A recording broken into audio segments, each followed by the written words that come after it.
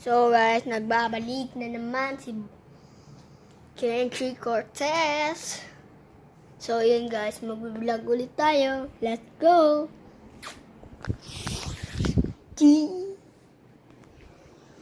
Muulan dito ngayon sa amin, kaya ito, tumigil na. Siyempre, ako na ng aircon. Yung lola ko, mukhang sigarilyo. Joke lang.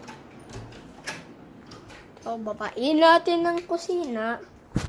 Kaso bakit basa? Tururutut. Uy, guys. Yun. Yun. Psst. Uy, bawal yan ah. Huwag mo papasukin ang pusa dito. Ay.